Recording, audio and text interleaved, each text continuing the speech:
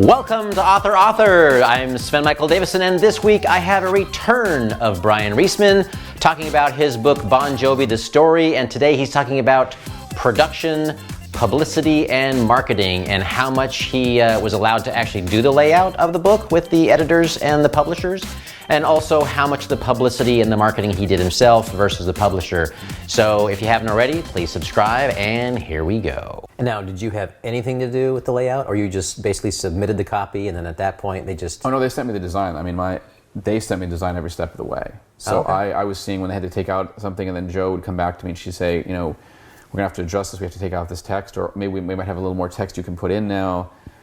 Because there were some photos. We had a great photo that we found of Atlantic City Expressway in the early days, like John on stage, the guys playing, they're smiling. It's like this great candid shot when John's like 16, 17 years old. But it was a low-res photo, and we contacted the photographer, and we couldn't reach him right away because he'd been living, I think, on the West Coast and was really relocating to the East Coast. He was in transit, and his stuff was all in boxes. When I finally got a hold of him, we had like a week, and he just couldn't find a print of that in time. When they do the Rock Hall induction, I think it's April 14th, if Richie performs them on stage and maybe there's a reconciliation, or if that happens later, then we could revise the book. Maybe try to find some of those photos. But so many people have done books now, you have to have a different spin. I don't think this is like this necessarily. I think the spin here was trying to show people that this is a unified group, that this is a group that's got members who've done different side projects, so different sidebars. They talk about Richie's stuff, David and Tico, you know, doing golfing and painting, you know, outside of his drumming. Hugh McDonald, Alec John Such, who's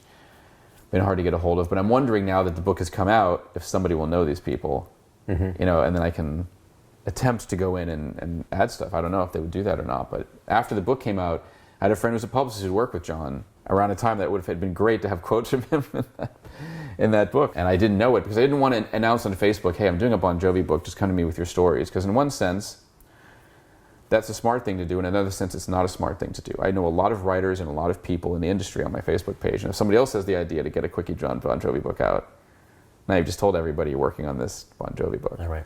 And you do have to kind of be careful with social media, I think. And these days, it's kind of the way it works, right? I mean, people drop albums spontaneously now. They don't tell you what's coming out. It's just like there. Things go viral so quickly. It's almost better. I was talking about this yesterday with a friend of mine, how you would wait often weeks or months for a buildup of an album. Like, yes, this record's coming out. Like, I can't wait to get it. And now it's like Beyonce, oh, we just dropped a new album yesterday. You know, like, go check it out. And that's almost just as effective now if you've got a fan base. Like, I love Judas Priest, and the new album is about to come out Friday. That'll tell you when this interview is done. And they you know, they've already dropped 3 tracks and previews of other tracks. And, you know, they wouldn't have done that years ago. They would have had maybe 1-2 songs come out, and you'd have to wait. But a lot of bands got burned on that. Korn did an album like 10 years ago, and the first single they released 3 months early. That was when downloading was starting to become a problem, so they wanted to build anticipation. By the time the record came out, man, they'd already had 2 or 3 songs out, and it actually kind of felt like it lost the momentum. It was out too early, you know? This book, we put the word out, but the press that we got, we didn't have a lot of press early, but I think it was good. Like Brave Words, which is Brave Words and Bloody Knuckles, is a Canadian metal magazine, hard rock and metal magazine that has since just gone, it's now on web only. They put something out in September and it got tons of traffic, and the book shot up on the Amazon chart. And so what were the reviews like? They were good. Luckily, I know a lot of people in the industry too, so they were aware that it was coming out. So like, I write for Newsday, and Newsday covered it. If they liked it or not, that was going to be their call. You know, this business, even when you're dealing with publicity, you oftentimes write about bands and you like the bands, and people say maybe it's not objective, but sometimes you write a better story if you actually know a band well. Sometimes you write a better story if you're objective about a band and you have discovered them and you have a different angle. It depends. But Newsday, you know, I've written for them a number of times over the last few years, and a writer there who I didn't actually know, staff writer, Daniel Bubeo, I think Bubbeo, he just gave it like 2/3 or 3/4 of a page coverage, and I was a little shocked because I figured like a little blurb, I'd get like a little tiny review, and he really liked the book. I was like, okay. At Yahoo Music, they did like a preview. I've never written for Yahoo, but I've known people there for years. But that's their call if they want to do it. American Airlines magazine, American Way covered it. Inked, Tattoo Magazine, they covered it. You write for American Airlines, though, don't you? I do. They've been helpful with a lot of their writers. They give it to somebody who was a Bon Jovi fan. It's up to them to decide whether it's good. You could write a really horrible book, and they could be like, yeah, we really can't touch this. I mean, American Airlines is it's family friendly. I mean, it's on all their airlines, so they can't have I can't do a book about, you know, satanic heavy metal bands. Like, that's probably not going to get published in there. Yeah. Some music websites, a couple music sites in New Jersey. There was a guy who wrote for Forbes.com. We're part of there's like a closed Facebook group for music journalists. There's less than 1,000 of us, and we all kind of talk about the business. And I just posted in there the book was coming out, and this guy, Sean Sotero, reached out to me, and he interviewed me for it for Forbes.com, which was cool. I just put it out there, and he was like, hey, I'm a Bon Jovi fan, I want to check out the book. He liked it. Classic Rock Magazine was the one place that I think they had a British publicist, and he managed to get a review in there. And they only gave it a 5 out of 10 because the guy wanted me to get the dirt. He's like, I didn't crack the omerta, I didn't get inside the Bon Jovi mafia, and no one's going to do that unless people are willing to throw people under the bus, and that's not going to happen. He's incredibly powerful. I mean, in 2013, they had the biggest tour in the world. Even after Richie Sambora left, still people went, and they grossed $260 million, beating out people like Lady Gaga, the whole bit. It was massive. And it's like one of the top 20 highest grossing tours of all time, I think, rock tours. But he still did say, despite not cracking the omerta, that it's still probably the most comprehensive Bon Jovi book to date. So that's still a compliment. He felt that I did a lot of work and did the best that I could. Different people want different things. I've had fans, I found some Amazon reviews. One fan, it's gotten like a few reviews, they're all 5-star. One woman just wrote a review and said she's reread it 3 times. The hardcore fans aren't going to necessarily learn anything new. They already know everything. But I think Bon Jovi is one of those mainstream bands that still has a lot of fans, but there's plenty of them that don't really keep up with all the interviews and get into the trivia. There's a lot of people that are still big fans of the 80s. They'll go to the concert, they'll hear the newer stuff, and up until about 10, 11 years ago, Bon Jovi was still producing hit singles. I mean, even their Nashville album, Lost Highway, had 2 top 30 songs. That's impressive for a hair band. They're the only hair band, really, if you want to call them that, from that era, that changed and stayed successful and kept this audience going. Def Leppard have kept going, but Def Leppard kind of are still in the same vein. It's a little less probably 80s party hardy than it used to be, and they're getting older. They play casinos and they play amphitheaters, but it's not the level of Bon Jovi. And Bon Jovi it's become more socially conscious and talked about social issues, and I'm sure some of the fans don't quite get that. They like Slippery When Wet in New Jersey, and they like, It's My Life. They don't really care so much about some of the more serious songs. But he puts a lot of new music in the set, and he tries to keep it relevant. And some of the fans like the new stuff, especially overseas. If you watch overseas footage more so than American footage, the overseas footage, the fans really respond to a lot of the newer stuff. But Def Leppard was sort of, I guess, maybe the next rung on that. And Motley Crue have actually been successful. I mean, I guess those are the 3 really of that era. And bands like Rat have come back, but they haven't come back to the same level of prominence. There was a limited budget on this. What did they do for publicity and marketing, if anything? It sounds like you reached out to some magazines, some rock magazines and stuff. But. Well, it was interesting. I mean, the thing I've learned, I've heard this from authors of all levels. It's like, unless you're an A-list writer or you're a celebrity, you're not going to have people constantly pitching your book and doing big events because there's only so much of a budget. I mean, this was done as a sort of, really almost like a quickie thing, like 4 months, bang it out, get some great photos, which they did, and a lot of people love the photos. Barbara Berger is the editor. I dealt with Sterling and worked in this book, and she actually approved a media party, which was cool. We had like 60 books to give people, or maybe even 75. They paid for a bunch of drinks, which was nice. That doesn't always happen. I think as my first book, I wasn't sure what to expect. I figured I was going to get to be advertising all this stuff, but I think they had a limited budget. Like, I didn't see ads for the book. They had a list of 75 to 100 outlets they were going to hit. So I know that they sent out books. They sent out at least, between me and them, we sent out at least 100, 125 books. Plus you had all the people that were interviewed, so you've got a bunch of other books that went out. And then we gave away a bunch of books at that party, so some of the people that were interviewed showed up. A lot of my friends who worked in media showed up, like Billboard and other places. So that was good for social media. It's like an event like that, it doesn't even matter if you get a lot of reviews necessarily out of it. I mean, I did get Billboard coverage later on. Somebody I don't know put it in their holiday gift guide. It wasn't the editor that was there, but it was good to just get the word out. And then a lot of people put it on Instagram, they put it on Facebook, so now there's a little bit of a buzz that way. I would have loved to have had a bigger campaign. I don't know. Once again, it's a book that they know is going to sell a certain amount. For the holidays, it was doing pretty well. I did an event at Barnes & Noble in suburban Massachusetts, near where my parents live, and it's next door to my hometown, so we had close to 50 people show up for that. It was mostly like friends and family, but there was like 6 or 8 people that I didn't know, and they had a couple employees that wanted one to be signed, and they were going to buy it, so the guy was really happy. He said they did better than some of the other books they had, probably from even some bigger authors. They got a ton of people there at once. But it was hard trying to get events even in like New York, New Jersey, and it was a little odd. But I think the problem is with a chain like Barnes & Noble, even though that's a publishing arm that they own, they have there's tons of books coming out. So since this is unofficial, I don't have a band member. Even I found, like going to a couple record stores that I knew, they were more likely to do it if, like say David Bryan shows up or Richie Sambora shows up.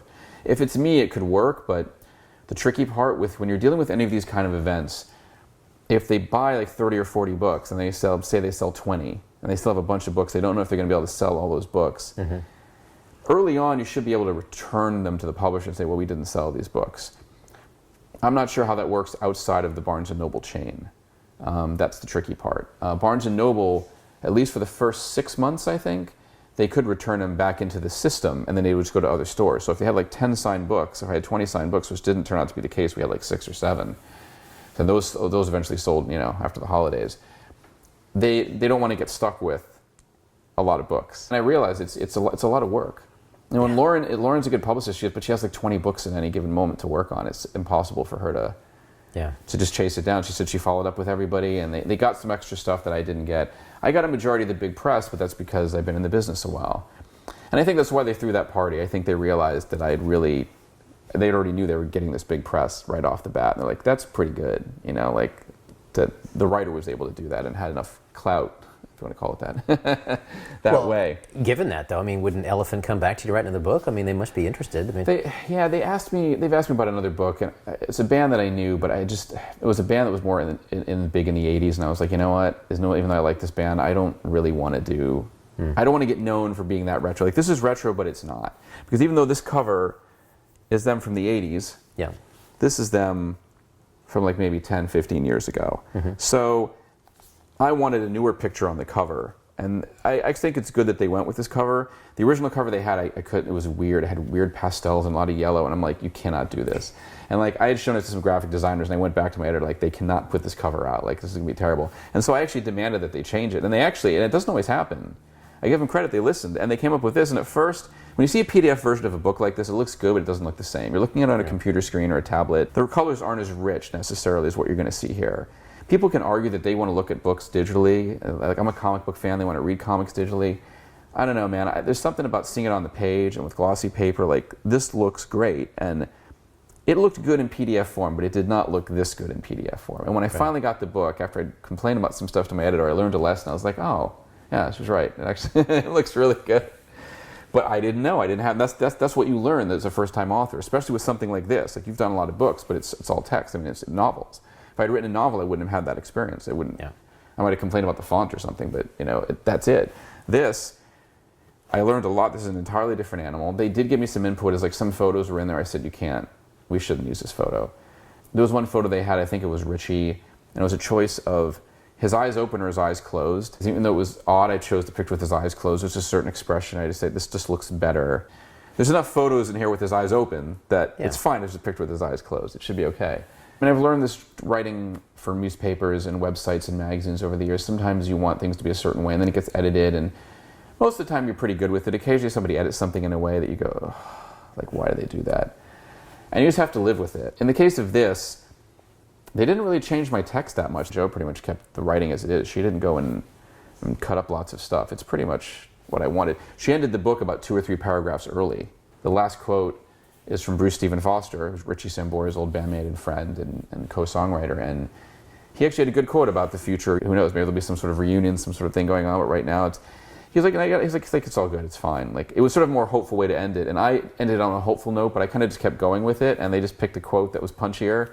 And at first I was like, and then I'm like, oh, yeah, that works. What I liked about Elephant is it was easy to reach them. Sterling was easy to reach them. I never felt like I was getting pushed off. There maybe a couple times where a couple days lapsed because it was the holidays or in the middle of something, but they were always accessible.